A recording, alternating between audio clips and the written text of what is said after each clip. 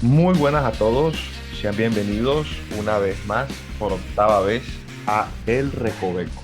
Si nos sintoniza por primera vez, El Recoveco es un espacio donde dos liberales, en el sentido clásico de la palabra, dialogan y conversan sobre la actualidad colombiana y de vez en cuando siempre se cuela una noticia internacional. Hoy es sábado 27 de marzo, vísperas ya de Semana Santa, a lo que, y nunca mejor dicho, hay un anuncio parroquial, ¿no? Obviamente, por la temporada, la próxima semana no habrá recoveco.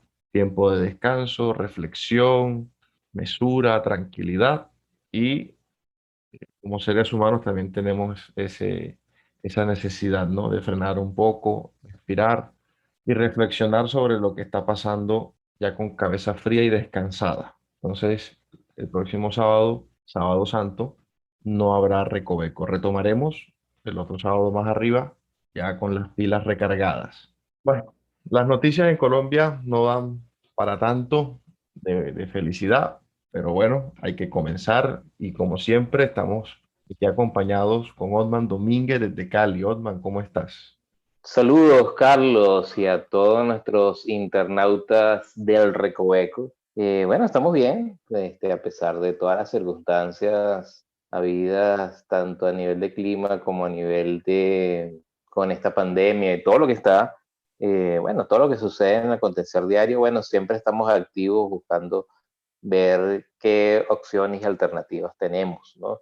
Y creo que un poco el recoveco es eso, pues ver alternativas de estos dos personajes a ver si los edifico o los ayudo a ustedes en algo. Así es. Hoy, aunque las noticias no son aventadoras, como siempre, sí que de verdad, vengo de buen humor. Hoy estoy de buen humor. Estoy de buen humor por motivos personales y también por motivos laborales. El Bastión sigue creciendo, el Recoveco sigue creciendo y se vienen sorpresitas ahora en el mes de abril, que el Bastión cumple su primer añito de existencia, ¿no? El 24 de abril.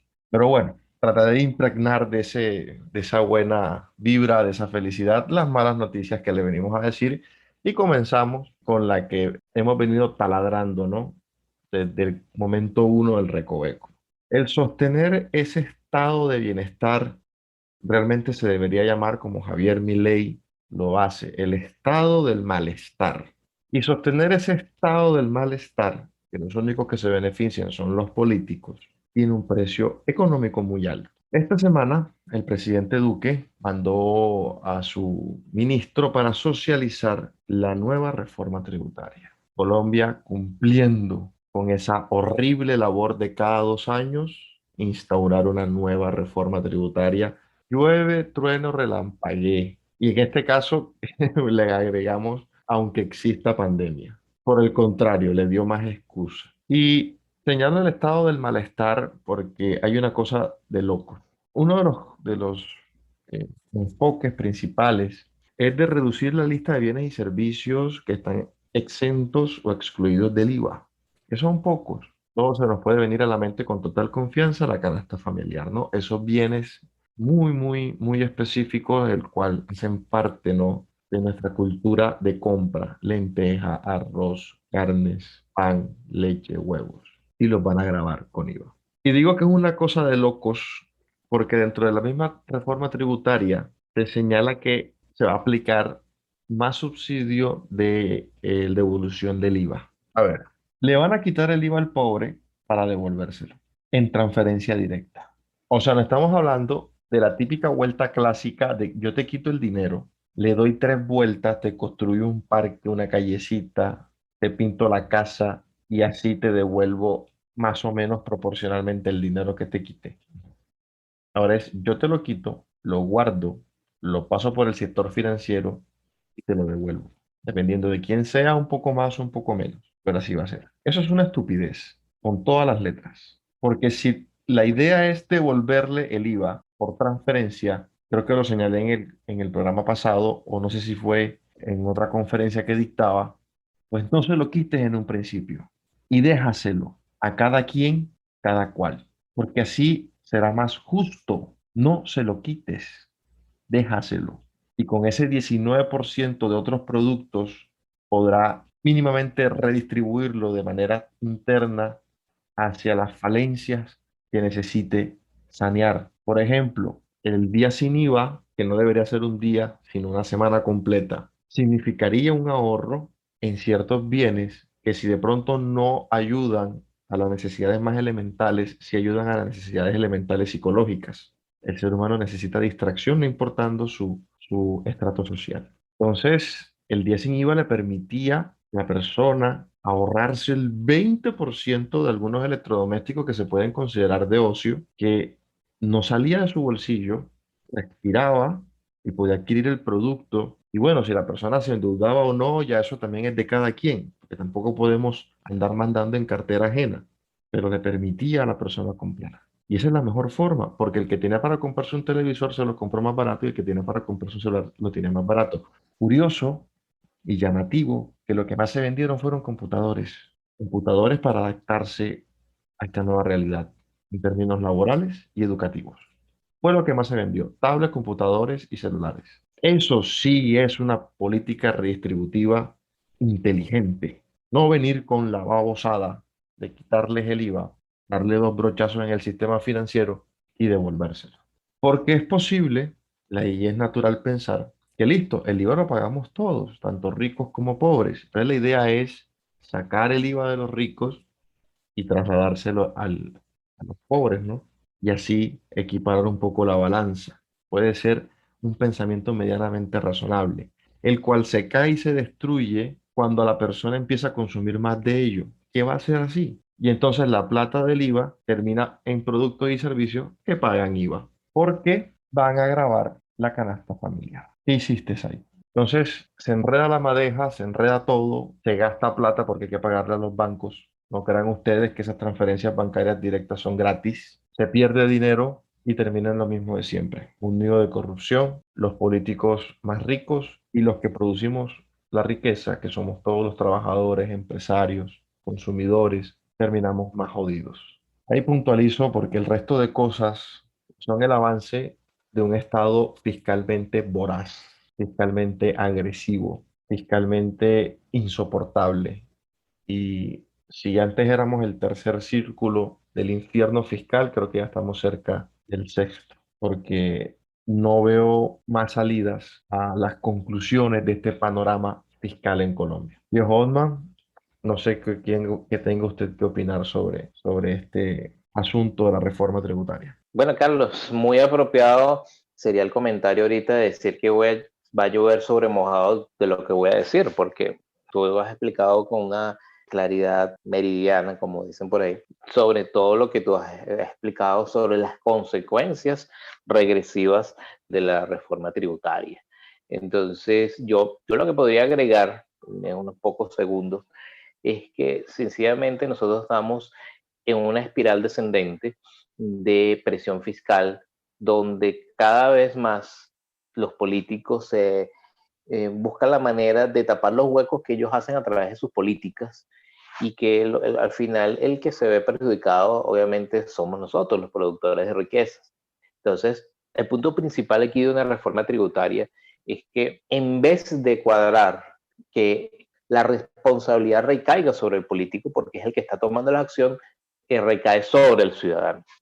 Entonces, ¿cómo recae? Bueno, a través de más impuestos, menos excepciones, conjunto de políticas que simplemente se balancean entre el pequeño empresario y el consumidor, donde aquí podríamos entablar una posición de capitalismo de Estado, donde el gran ganador es el Estado y sus empresarios o empresarios, como dice mi ley, en cuanto a la obtención de rentas. Entonces, al final es un juego donde siempre, cada 2 años, los jugadores siempre son los mismos y los resultados siempre son los mismos. Es decir, todos perdemos excepto el Estado y sus compinches. Eso es lo que yo podría decir de la reforma tributaria.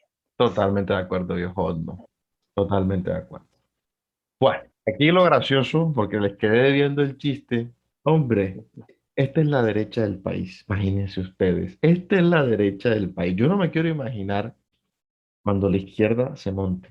nos irán a quitar todo, o sea, vendrán a la casa, este que tiene una tablet, un televisor, venga para acá, esto es del pueblo y para el pueblo, y sale, bueno, el politiquero que expropies. Ya, o sea, ese será ya, como quien dice, la gota que va a rebosar la copa, porque esta es la derecha. Imagínate, tú, estamos en la era neoliberalista de Colombia. Yo no me quiero imaginar cuando en verdad vengan esos gobiernos populares y ciudadanos. Pero bueno, siguiendo con el tema popular, Osman nos trae una noticia importante, con un sector que siempre se mete en esos discursillos porque es como la muletilla, ¿no?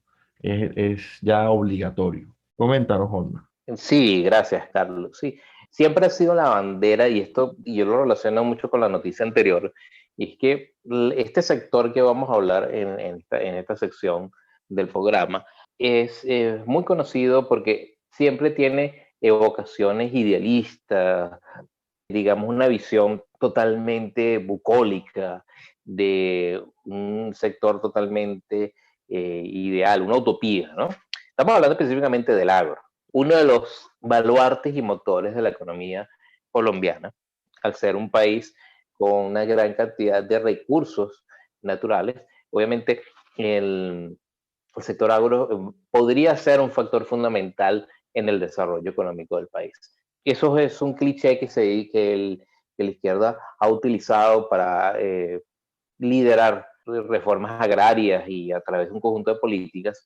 Podríamos decir que es una forma agraria al estilo 2021 y en un modelo supuestamente de derecha, porque ahí es donde yo relaciono con la visión anterior, es que es un gobierno de derecha, ponemos las comillas, lanza el siguiente programa. Es Programa para las siembras de arroz en el país. ¿Qué significa eso, no? ¿Cuál es el objetivo principal de un plan que, digamos, tiene un plazo que se va a extender hasta el 2038? Recordemos, va a durar mínimo 17 años. ¿Cuál supuestamente es el objetivo fundamental de ellos? Es frenar la volatilidad del mercado del alimento y las imperfecciones en la comercialización de las cosechas, de tal manera que se pueda evitar la volatilidad de los precios tanto para los cultivadores como para los molineros y los consumidores. Entonces, claro, se plantea un plan, no lo voy a explicar en sumo detalle, pero me llama mucho la atención cuáles son las 4 etapas. Y aquí es donde nosotros vemos dónde está el verdadero negocio. Portafolio hace una y otros medios, pero Portafolio fue el que me llamó más la atención, que hace muy detallados los planes. ¿Qué pasa? Y te da, por supuesto, todo un conjunto de cifras demostrando que primero el sector del arroz es un factor fundamental de la economía y que obviamente tiene que ser un factor de apoyo. Yendo directamente a los planes, porque es donde está la trampa de este plan. Mire, por ejemplo, la primera etapa del plan, y leo, consiste en una revisión de la situación actual de la cadena en base a diagnósticos, cifras y estudios reconocidos en los medios técnicos y académicos. Esa es la primera etapa. La segunda etapa es el análisis prospectivo, que el mismo medio lo pone entre comillas, seleccionará variables claves o jalonadoras del futuro, que son la base de la construcción de escenarios de perspectivas. Hay un equipo técnico de la UPRA, que es la Unidad de Planificación Rural Agropecuaria. Dice que desarrolló modelos de oferta, demanda y equilibrio parcial que permitan sustentar matemáticamente los escenarios y estudios. Si ustedes se dan cuenta, pasamos etapa 1, etapa 2 y etapa 3. Y ni siquiera en esas etapas ha habido una acción. Es un negocio de consultoría. O sea, este plan lo que tiene de trasfondo es el pago o el sustento de un conjunto de burócratas, de un conjunto de teóricos que posiblemente no sean tan necesarios en la economía, pero gracias a la burocracia, mucha gente que estaba en el sector, en ciertos sectores que no eran directamente con el agro, son desarrollados de una forma burocrática. Es decir, estamos nosotros alimentando la burocracia a través de estos programas y el último plan, que la última parte del plan es plan de acción y seguimiento de evaluación. No dice cómo, no dice cuánto, no dice en qué forma, solamente lo que vemos es más socialismo, porque obviamente la mejor forma de mantener una productividad, un crecimiento, un desarrollo del sector agro, no son a través de estos planes, que estamos viendo que simplemente es una, digamos, una estructura burocrática que lo que hace, obviamente, es que se ganen dinero a estas conjunto de personas que son generados por los ingresos de nosotros, es decir, los impuestos. O sea, nosotros le estamos pagando un conjunto de personas que durante 17 años van a hacer planes de evaluación. Entonces, díganme ustedes, ¿cuál es la mejor medida? Y yo se los digo una vez, es el libre mercado, es la posibilidad de que inversores importantes establezcan negocios en el sector del agro y vamos a ver que el crecimiento se va a dar a través de las aguas abajo. Mientras este país no entienda eso, seguiremos durante 17 años haciendo planes y nunca vamos a lograr nada realmente eficiente. Eso es lo terrible de esta situación, que simplemente es una ingeniería social para manejar el agro y es terrible. Me parece que es terrible y condeno plenamente estos planes quinquenales, muy parecidos a lo que sale de Stalin o lo que decía, bueno, vamos a ponerlo, la Cuba de Castro y la Venezuela de Chávez. Es prácticamente lo mismo, solamente que un ropaje técnico, técnico-científico o tecnócrata que realmente no nos lleva a ninguna parte y eso va a ser un acabose al final de este proyecto. No sé qué Carlos me tenga que decir al respecto. Carlos. No, sí. Solo se me ocurría y me daba vueltas y vueltas la palabra quinquenal en la cabeza. Quinquenal, o sea, todas las neuronas estaban como que quinquenal, quinquenal, quinquenal, plan quinquenal, plan quinquenal. La primera conclusión cuando usted escuche la palabra quinquenal en términos económicos es fracaso, estrepitoso, entre otras cosas. Sobre el tema del agro, de verdad que causa indignación utilizar así ese sector. Yo, en lo personal, solo voy a resaltar que en Colombia tenemos un déficit fuerte de capital y no confundir capital con máquinas, como ciertos ignorantes lanzan cada vez que se les dice así, hace falta capital. No, capital es dinero, ideas, métodos de negocio. Eso es capital. Yo tengo una nueva forma de distribuir y fabricar arroz y producir arroz, perdón. Eso es capital. Y en Colombia, debido a su propia forma de la economía, que es ese capitalismo de Estado, ha perpetuado unos modelos obsoletos que no son óptimas para el mercado y que esa falta de optimización genera unos sobrecostos, golpean cuando los precios internacionales bajan y obviamente el mercado se reajusta y trae mercancía de afuera, porque la idea es satisfacer con el menor precio las necesidades de las personas. Y a usted, querido oyente, le tiene que preocupar porque esto es la antesala a una política restrictiva de importación de arroz. Cuando el precio del mercado por fuera esté bajo, el arancel haga su efecto y supere el precio de la importación sobre el precio de producción nacional, usted va a preferir comprar arroz nacional. El problema es que como estos señores no tienen competencia, no les interesa la calidad del producto, no les interesa lo que usted piensa del producto, porque usted no tiene opción de comprar. Usted tiene que comprar sí o sí los productos nacionales. Y ahí viene el arroz con gorgojo, el arroz vencido, el que sabe a feo, el que está muy trillado, etc., etc. Y se dicen que velan por los pobres, pero los castigan quitándoles buenos productos a precios accesibles. Continuando con esto, esta línea de cómo el Estado se mete en lo que no debe y termina dañando más el panorama, Osman y yo traemos dos noticias que pasaron en esta semana, una internacional, otra nacional, no sé cuál quiera decir Osman, pero que terminan y colisionan en el mismo punto. Osman, comienza tú a ver ahí con la noticia. Sí, perfecto, Carlos. Sí, no, es que hay una noticia, ya voy a tomar yo la nacional, ¿no? Que es que ya no vamos a hablar de economía, vamos a hablar de individuo y entorno familiar y estructura familiar, ¿no? Hay una noticia que salió en El Tiempo esta semana que se llama así, pues. Pudiera parecer en un momento muy loable, pero me parece que no va en sintonía con lo que va a establecer protección al individuo, voy a llamarlo así. En El Tiempo salió esta noticia, dice, correazos y castigos físicos a menores quedan prohibidos en el país. Tú dices, wow, Uno se pone a ver, bueno, si yo sigo leyendo, vamos a entender, ¿no? Un poco de qué va esto, ¿no? Dice, los correazos, bofetadas, chancletazos y toda forma para reprender a los menores en las que se utiliza el castigo físico quedaron definitivamente prohibidas en Colombia. O sea, y el énfasis es total.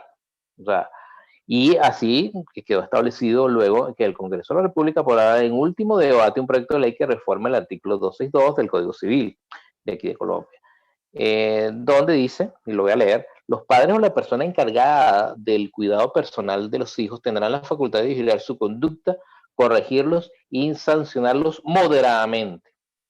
Eso es lo que dice originalmente el texto, donde, bueno, se ha establecido ahora la moderación, ha sido, digamos, cambiada por el término crianza sin violencia, ¿no? Supuestamente tiene una finalidad pedagógica, persuasiva, alternativa, y todo un conjunto de apelativos que pudieran apelar a los buenos sentimientos de las personas que lo escuchan, ¿no? Obviamente, esto va muy en relación con un principio del positivismo jurídico que dice que los niños no son de los padres, sino es del Estado. Entonces, como los niños son del Estado define, perdón, cuál es la modalidad de educación que va a tener un niño. A mí eso me parece y lo digo de manera muy personal y de manera muy, digamos, que me entraña, porque principalmente yo creo que el Estado no está para definir cómo tú educar a tu hijo. O sea, el Estado evidentemente está, en su visión única está para defender los derechos individuales o derechos naturales del ser humano. No está para definir qué es bueno o qué es malo. Eso es lo que en un libro fascinante que yo se los recomiendo, un libro muy pequeño, se llama Las contradicciones del Estado moralista de Kenny Minago. Este Estado moralista, donde te define qué es lo bueno y qué es lo malo, va invadiendo la privacidad de los individuos. Entonces, esa atrocidad de definir que un chancletazo o que un correazo o que cualquier medida correctiva hacia los niños tenga que estar prohibida me parece totalmente absurda. Porque más allá de que obviamente existen casos de violencia infantil, yo no estoy negando esto porque yo sé que me van a lanzar por ahí. No, o sea, yo entiendo que hay violencia infantil, pero al ser ya un delito tipificado, se va a un proceso de juicio. El problema del trasfondo de llevar esto a la invasión de la propiedad privada, primero, es que obviamente está yendo contra los derechos, no solamente de los niños, sino está yendo contra los derechos de los padres. Porque yo les preguntaría a la población, o los que nos están escuchando, nuestros amigos internautas, cómo ellos van a garantizar que se va a prohibir eso. O sea, van a poner cámaras dentro de los hogares, van a utilizar soplones donde los vecinos, cualquier movimiento que pudiera parecer violencia a primera vista va a ser, digamos, un mecanismo de acción directa, o los mismos niños van a tomar el poder de la autoridad de los padres. Son muchas, digamos, preguntas que uno va razonando y va entendiendo que es muy peligroso. Entonces, y segundo, y ya para terminar esta parte de la noticia, es que vamos hacia un proceso de infantilización de las nuevas generaciones. Es decir, ya no va a poder ser posible minimizar vamos a decirlo así, los errores de las futuras generaciones porque no va a haber corrección. Simplemente tú no puedes corregir a un niño porque evidentemente para la visión de estos moralistas del siglo XXI, simplemente tú le estás coartando las libertades a un niño, y es donde vemos el concepto de generación de cristal y la generación idiota, como otros hablan, de que obviamente sin tener la posibilidad de que alguien le diga que no, siempre va a creer que tienen derecho para hacer lo que quieran, siempre va a querer pensar que son la visión última de la sociedad, cuando no es así, y esto es debido a este estado moralista que se está implantando, que es el camino hacia los totalitarismos. Es una noticia preocupante y que creo que como padres, como amigos, como adultos que somos, tenemos que estar muy mosca porque están invadiendo nuestros hogares sin que nos demos cuenta. Esto es muy triste, Carlos, y de verdad que es una noticia que no me llena nada de alegría y de verdad es bastante, es bastante fuerte para mí hablar de esto porque va contra mis principios, va contra mi propia moralidad. Es muy fuerte, Carlos, esto de verdad que sí. Sí, y se nota, viejo Oldman. Y lo peor de todo es que no va a frenar el maltrato infantil. Así de simple. El verdadero maltrato infantil va a seguir rampante, va a seguir sucediendo, Ujú. porque a esto se le tiene que sumar todo lo que viene con cada nueva ley en Colombia, ¿no? La aplicabilidad. Ya no solo por la parte de la sobredimensión de las acciones, como tú bien lo decías, si van a colocar cámaras dentro de la casa, sino también su otra cara, que es que quede en letra muerta, y no pase nada y el problema siga. A nivel personal, es la segunda vez que digo esto en el programa, pero es que tocan los temas a nivel personal. Sin embargo, es como pensar en la acción y la reacción. Corregir a un niño es un acto muy complejo al cual nunca uno va a estar 100% ilustrado, porque es muy volátil. ¿Cómo se mide? Y como todos seres humanos podemos cometer errores tanto por omisión como sobredimensión. Ahora, hay acciones que los niños y adolescentes puedan realizar que justifiquen un acto violento como un chancletazo o un correazo. Esa es la pregunta que yo le dejo al oyente. Para mí ya la tiene la respuesta clara, porque, y ser un poco, entre comillas, extremista. Hace pocos días, unos adolescentes le propinaron 80 puñaladas a otra adolescente. Le pregunto yo, si el papá de alguno de los causantes de esas 80 puñaladas le mete 3 pencazos bien dados, ¿vamos a judicializar a ese papá? Busquen la noticia y reflexionen sobre ello. Porque es fácil ponerse del lado sentimental, ¿no? Del típico papá, mamá que abusa sin razón, abusa de su figura de poder y maltrata al niño. Y eso es cierto, y eso hay que castigarlo. Pero hay unos métodos para ello, hay unas vías, hay unos canales para ello. Hay una institución colosal que recibe mucho dinero para ello, y es el ICBF. Entonces, primero miremos cómo en la praxis podemos aplicar las leyes que ya tenemos para ver si mejoran o no los niveles de violencia y dejamos quieto la individualidad del hogar, la individualidad de las personas y de la tutoría, porque es que te van a castigar por, entre comillas, dependiendo de la situación, maltratar a quien tú cuidas y quien tú respondes económicamente, legalmente. Y vuelvo al caso de los adolescentes que le propinaron 80 puñaladas a la otra adolescente. Los niños pasarán una correccional, pero la sanción va para los padres, la más severa, como debe ser. Y ahora, vuelvo y yo pregunto, ¿será justificable que el papá, la mamá, al ver a su hijo saliendo de la UCI, de la URI, perdón, le pegue 2, 3 pencazos? ¿Vamos a judicializar a ese papá? ¿Sería lo correcto? ¿Debemos meternos en ello? Entonces, aquí es donde ustedes se van a dar cuenta que hay una pluralidad de visiones. Y tratar de colapsar todas esas visiones en una sola, que vendría siendo el positivismo jurídico que bien mencionaba Ottman, es aberrante. Porque cualquiera que escojas, siempre va a tener un daño colateral. Y ahí es donde vienen grandes problemas. Avanzando y quitándole un poco ya de matiz sentimental y serio al tema, la otra noticia que va en paralelo con esta es que, así tal cual lo dice la noticia, México prohíbe el doblaje de las películas en las salas de cine. Hágame el favor, viejo Oldman, hágame el favor. Ya usted no tiene ni el derecho, por haber pagado la boleta, de ver y disfrutar tranquilo una película doblada. Y aquí voy a ser el abogado del diablo porque a mí sí me gustan las películas dobladas.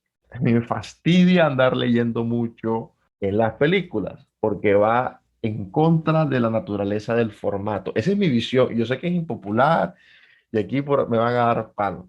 Incluso yo sé que Osman no le está gustando mi opinión, pero es la realidad. Para mí los subtítulos a veces van en contra del formato, porque tú tienes que ver la escena de lo que está pasando en la película para poder entender después el diálogo.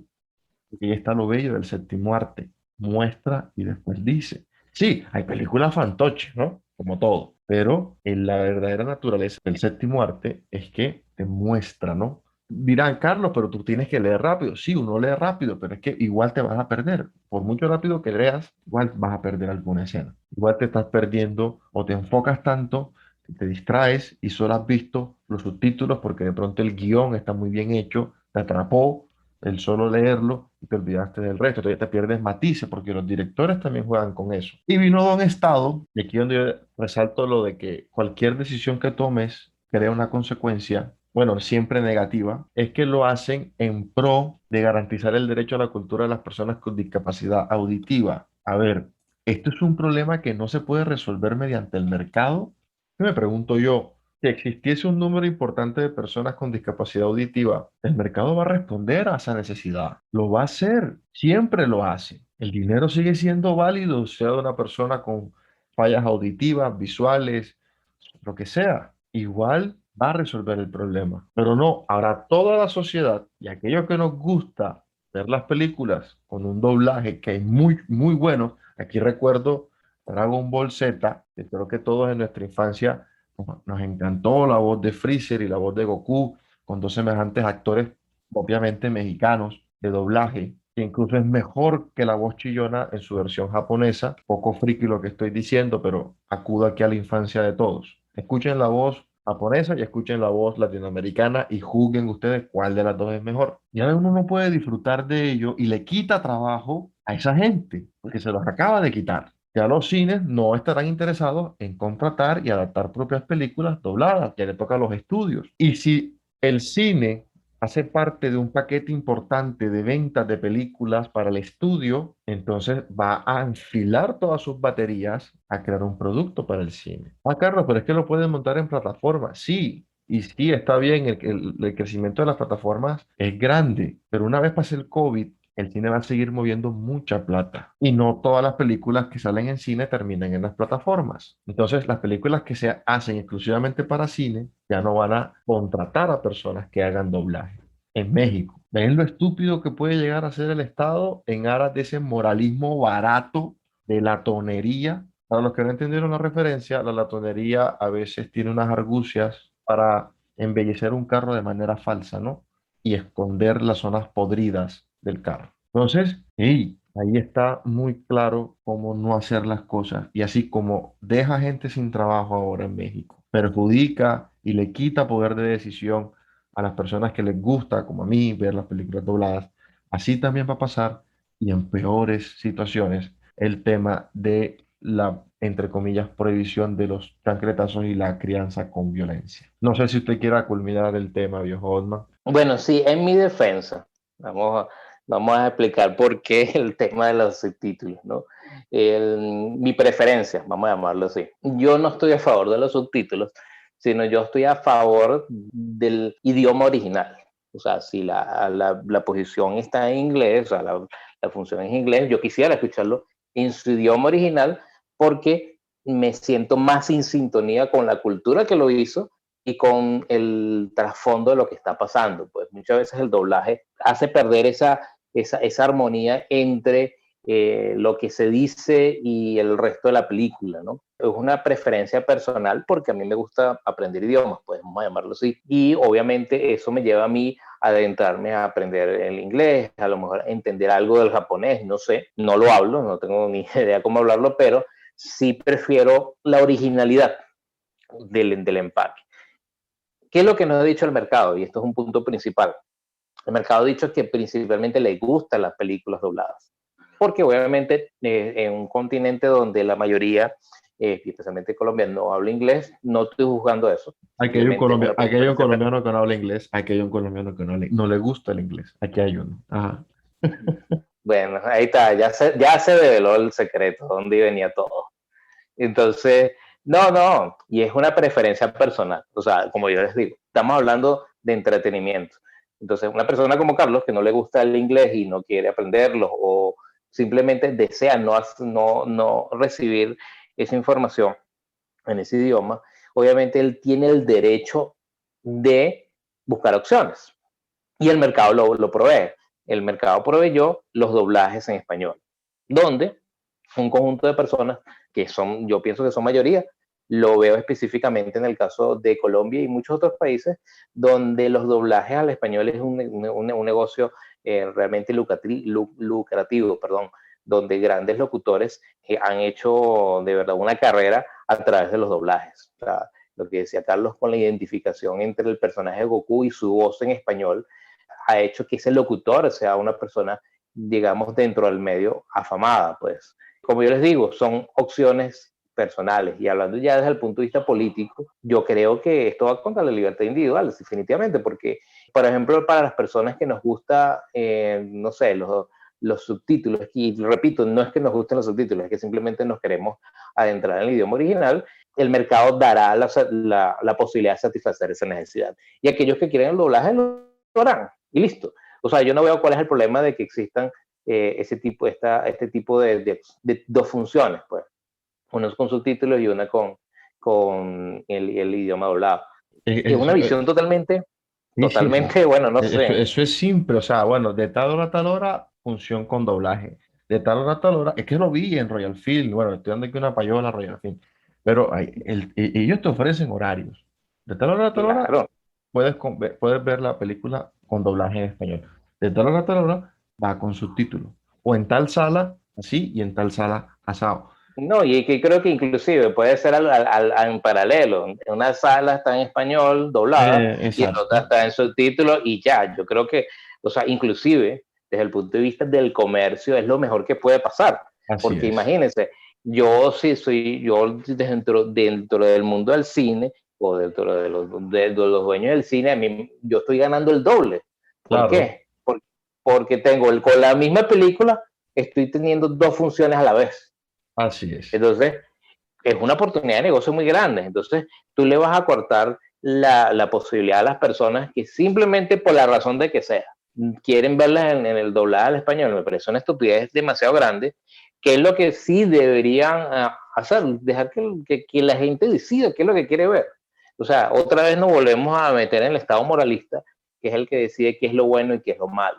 Así es. Y como dice Carlos, hay pros y contras en ambos. O sea, tanto el doblaje como el subtítulo tienen sus pros y sus contras.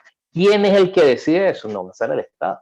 Tiene que ser usted, individuo, que va a decidir pagar, porque ni siquiera es algo gratis, no es algo que está proveyendo gratis, entre comillas. Sabemos que lo gratis no existe, pero no es un servicio gratuito, es un servicio que yo estoy pagando. Y si, por ejemplo, y con esto ya termino, es que si decido, por ejemplo, tener una tasa, yo, dueño del cine, tener una tasa preferencial para las personas que tienen un doblaje y poner un sobreprecio para las personas que van a verlo en subtítulos, es válido, porque obviamente los que nos gustan los subtítulos, a pesar de todo, somos minoría. Entonces, ¿qué pasa? Esa opción obviamente debería ser respetada. O sea, ya son posiciones de juegos de mercado. Entonces, a mí me parece que definitivamente en México y en lo que está pasando en Colombia, lo que está pasando es un camino al totalitarismo total, porque evidentemente el que define quiénes son los gustos y preferencias del individuo, no el Estado. Y eso es el gran problema que estamos teniendo ahorita, Carlos. Y de verdad me parece lastimoso, y vuelvo a repetirlo, con un tono un poco melancólico, porque realmente en nuestras narices estamos perdiendo nuestra libertad individual y como lo repito, y yo lo vivo por experiencia, yo vengo de un país totalitario y eso es lo que pasa con los países totalitarios. El Estado define la moral privada de los individuos y eso simplemente es el acabose, hermano. Y de verdad, lo digo con dolor de alma, ese es el camino a donde estamos yendo. No, no, hombre. Ay, Dios mío. El próximo Recoveco, solo buenas noticias. Así, así nos sentemos a charlar de buenas noticias personales. Solo Por buenas supuesto. noticias. Sí, porque de verdad, este país, qué dolor. Y lo difícil que es recuperar la libertad, viejo Osman. La sangre que Sí, cuesta volverla a recuperar. Porque es sangre. Ella no pide trabajo, ella no pide, ella pide sangre para volverla a recuperar. así Y es. cambiamos un emperador, bueno, en el caso de España era un rey, Uh-huh. por Así otro es. imperio. Estamos ahora en el imperio del Estado, en Uh-huh. donde le pagamos pleitesía en especie y en dinero a una clase noble El Estado va decretando lo que se le venga en gana, así termine jodiendo a todo el mundo. No hemos cambiado nada, un Estado feudal. Solo que Exacto. es algo como inmaterial, ¿no? Pero sigue teniendo la misma fuerza y la misma intencionalidad totalitaria. Bueno, con eso nos despedimos. Lamentamos y otra vez causamos indignación. No es nuestra intención, realmente era algo que queremos cambiar con el Recoveco, pero es que estas noticias no dan para más. Y esto es lo que realmente usted tiene que saber para poder entender cuál es la realidad del país en donde vive. Muchas de estas noticias se disfrazan en otros medios de comunicación, se suavizan, se diluyen y no se les hace el análisis crítico necesario. Para eso estamos nosotros acá, comprometidos con la causa de la libertad, la propiedad privada y la vida, y velando porque usted siga gozando de eso que nos costó tanta sangre hace más o menos 200 años, que fue nuestra libertad. Viejo Oldman, lo dejo para que se despida. Recuerden que les habló Carlos Mario Noriega Muñoz, director del medio especializado El Bastión. Este fue El Recoveco en su capítulo octavo, y esto hace parte de El Bastión FM. Bueno, sí, viejo Carlos, o sea, estamos en otro capítulo de Recoveco, poco melancólico, nostálgico, pero siempre con una visión hacia el objetivo que queremos lograr, que es entender qué significa la libertad y qué significa ser libre en maneras prácticas, concretas. Y yo creo que esa es un poco la visión del Recoveco. Yo los invito también a seguir todas nuestras redes sociales, tanto del Recoveco como el Bastión FM y el Bastión como medio digital en todas nuestras redes. Los invito también a uno de nuestros, digamos, baluartes dentro del medio del digital, el Bastión, que son nuestros libros. En este caso estamos hablando del libro que salió a finales del año pasado, que es Izquierda sin máscaras. Todo el pleno del Bastión tuvimos la gallardía de hacer un análisis bastante detallado de lo que es la izquierda colombiana. Entonces, yo los invito a través tanto del contacto como de Carlos como el mío en nuestras redes y en todas las redes institucionales del Bastión, por si quieres su copia. Bueno, yo, si está, por ejemplo, en el caso específico de Cali, en Valle del Cauca, bueno, se pueden contactar conmigo y podemos hacer toda la logística y con Carlos ya a nivel nacional. Entonces, no se lo pueden perder porque ha tenido muy buena receptividad y eso sí es una buena noticia que yo quisiera compartir, aunque sea de manera personal. Quiero compartirla con ustedes y todos los logros que estamos haciendo dentro del Bastión. Para mí ha sido como siempre un placer, recordando que bueno, la libertad es el fin político más alto que tenemos y es donde tenemos que enfocarnos. De verdad, sigamos reflexionando y teniendo nuestra visión bien clara hacia dónde queremos y tener pensamiento crítico ante todo. Les habló Otman Domínguez Mejía, director adjunto del Bastión y miembro de este dúo que se llama El Recoveco, que bueno, simplemente somos dos locos liberales hablando de tu realidad cada día más fuerte, pero siempre certeros. Nos vemos ya dentro de